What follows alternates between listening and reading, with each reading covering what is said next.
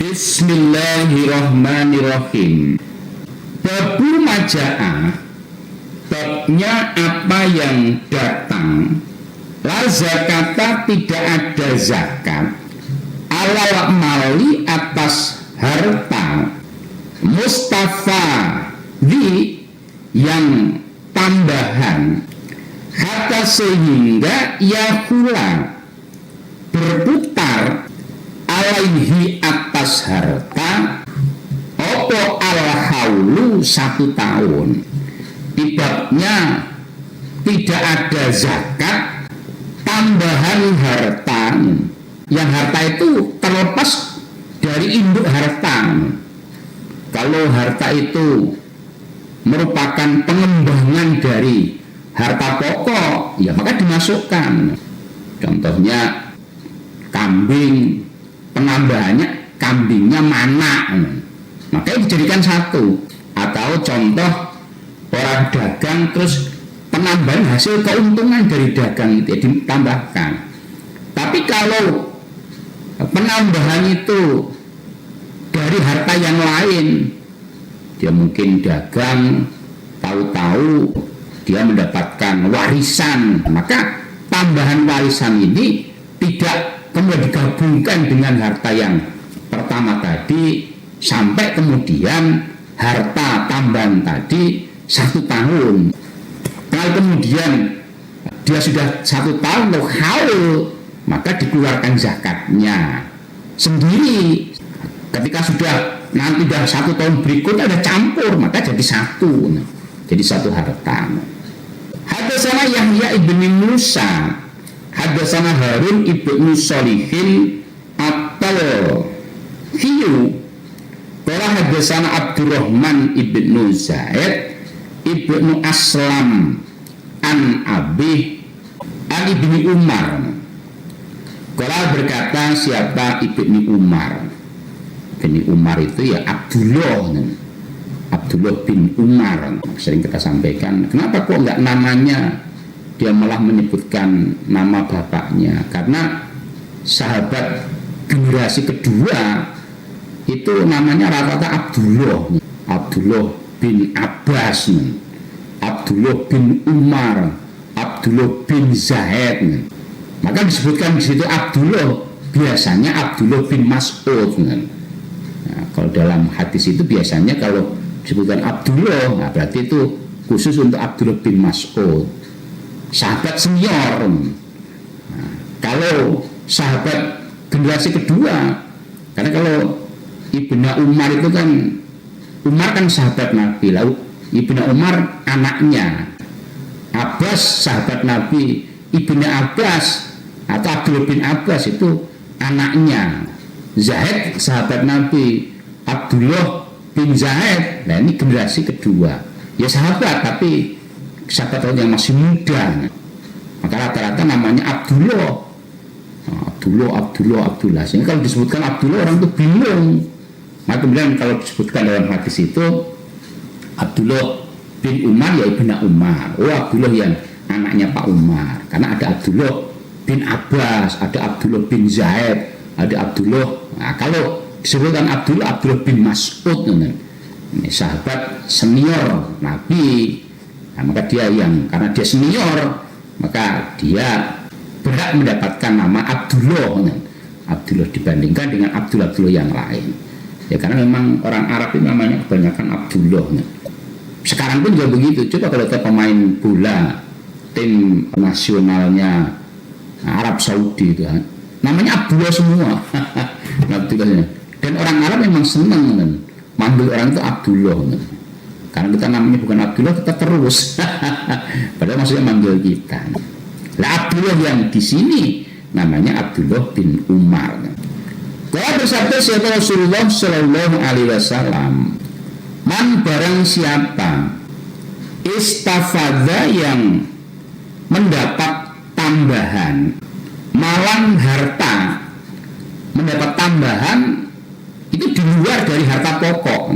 Nah, bukan penambahan dari, ya contohnya tadi orang dagang terus tambah dari keuntungan itu ya jadi 1. Atau tadi orang beternak terus dalam tahun itu kemudian beranak, maka hijrah satu. Di pertengahan tahun umpamanya ada penambahan kambing 10, ya dimasukkan, saat dihitung penambahan kambing tadi dihitung dan dizakatin.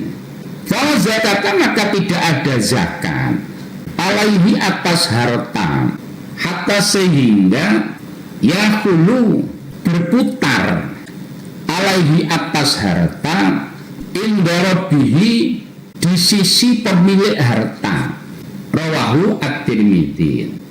Bapak Ibu yang kami hormati, hadis dari Ibnu Umar atau Abdullah bin Umar, Nabi bersabda, barang siapa yang mendapat tambahan harta di luar harta pokok, contohnya umpamanya dia sudah punya simpanan itu sudah mencapai nisab, bulan Januari atau bulan puasa lah itu sudah mencapai nisab, kemudian di pertengahan bulan ada penambahan harta, tahu-tahu dapat warisan. Nah, warisan itu bisa sudah nisab atau belum.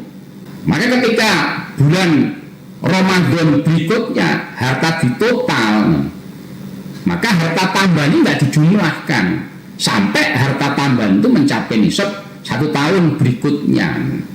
Jadi umpamanya harta yang pokok tadi umpamanya jumlahnya ada 150 juta sampai akhir 1 tahunnya 150 juta.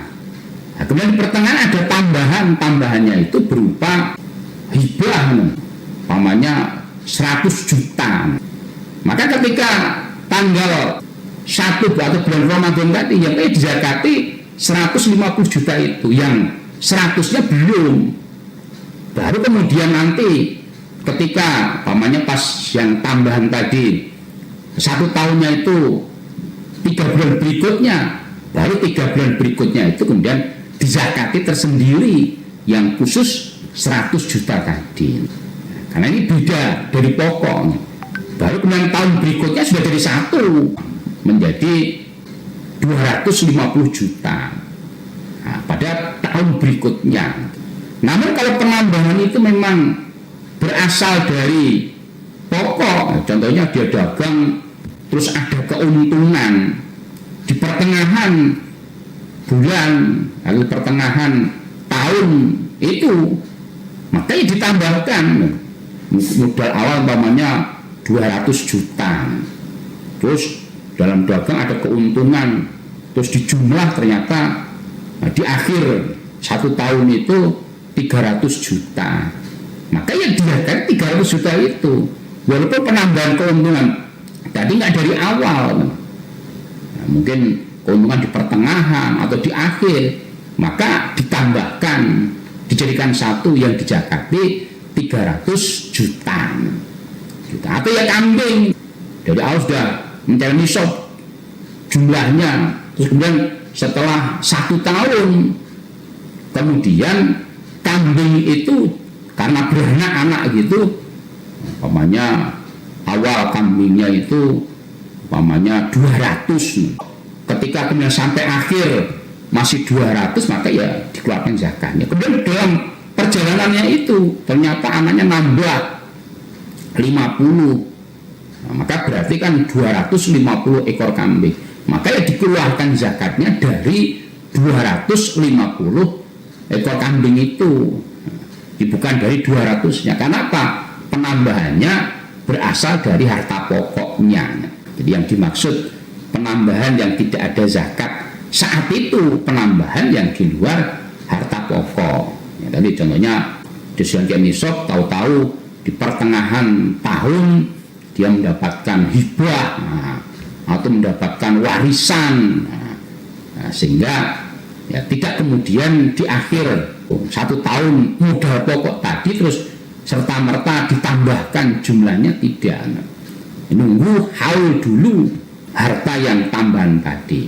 Namun begitu nanti 1 tahun ya kemudian jadi 1, nah, kan sudah jadi haul jadi 1, nah, maka dikeluarkan zakatnya secara keseluruhan.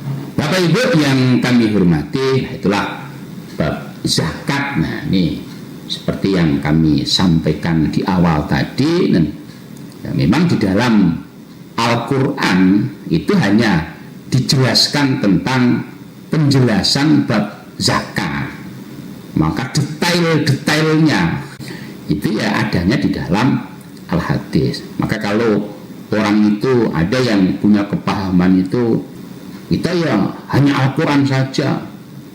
Nah, kalau hadis itu kan Nabi itu kan manusia, maka belum tentu benar. Nah, itu kan pendapat yang salah. Nabi itu kalau manusia biasa adalah orang yang maksum. Maksum itu terjaga dari kesalahan.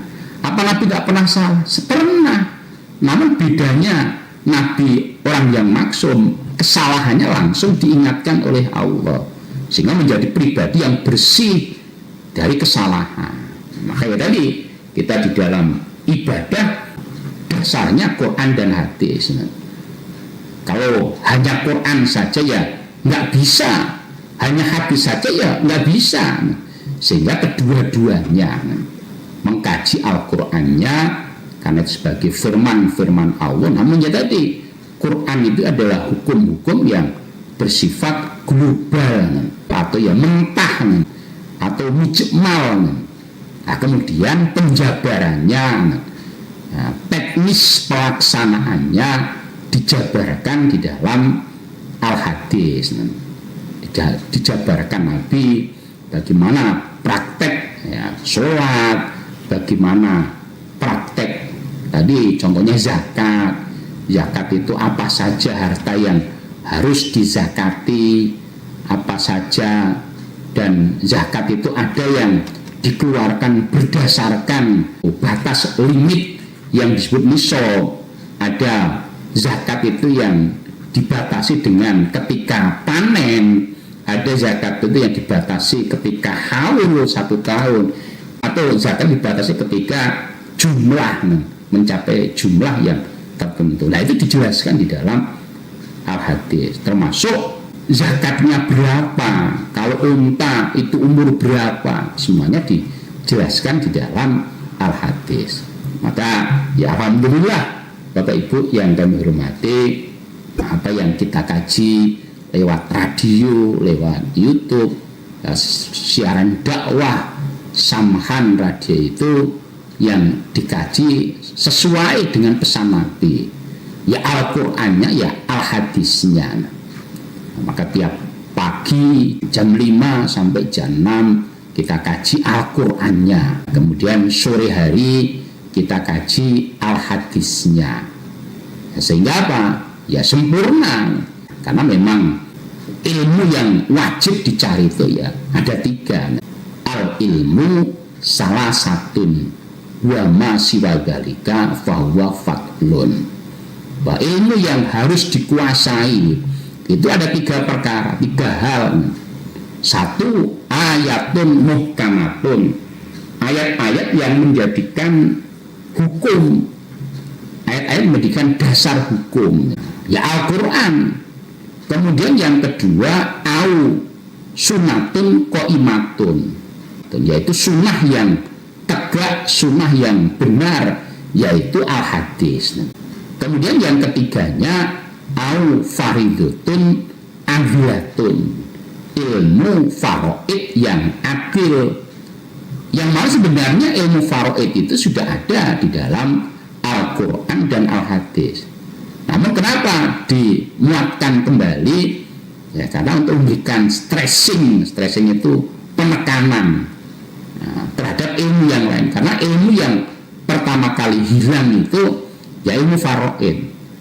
Nah, ini sebanding dengan firman Allah di dalam Al-Quran itu kan ada kan, kerjakanlah sholat dan hafidhu ala sholati wa sholatil wuston, jagalah sholat, ya sholat 5 waktu itu, wa sholatil wuston, dan sholat yang tengah. Sholat yang tengah, sholat subuh dan asar itu sudah ada dalam sholat 5 waktu. Kenapa dikasih stressing, penekanan? Ya karena memang kebanyakan 2 sholat ini banyak orang yang terabaikan karena waktunya waktu yang nanggung. Kalau subuh itu ya lagi enak-enaknya tidur, asar juga lagi enak-enaknya orang kerja, sehingga banyak ditinggal. Walaupun tadi hafidhu ala sholat, menjaga sholat itu ya ada di dalam sholat 5 waktu subuh dan asar itu, namun dikasih stressing yang khusus. Ya sama di dalam Quran dan hadis sudah ada tentang faraid, namun ditegaskan lagi Nabi al-faridutun azilah, ilmu faraid yang adil. Adapun ilmu selain 3 hal itu ya tambahan. Kita bisa menguasai ilmu dirgantara, ilmu penerbangan, menguasai ilmu bisnis, ilmu mancing, wah menjago mancing dia, ilmu gues, ya silahkan, nggak ada masalah. Namun yang pokok ya 3 hal tadi.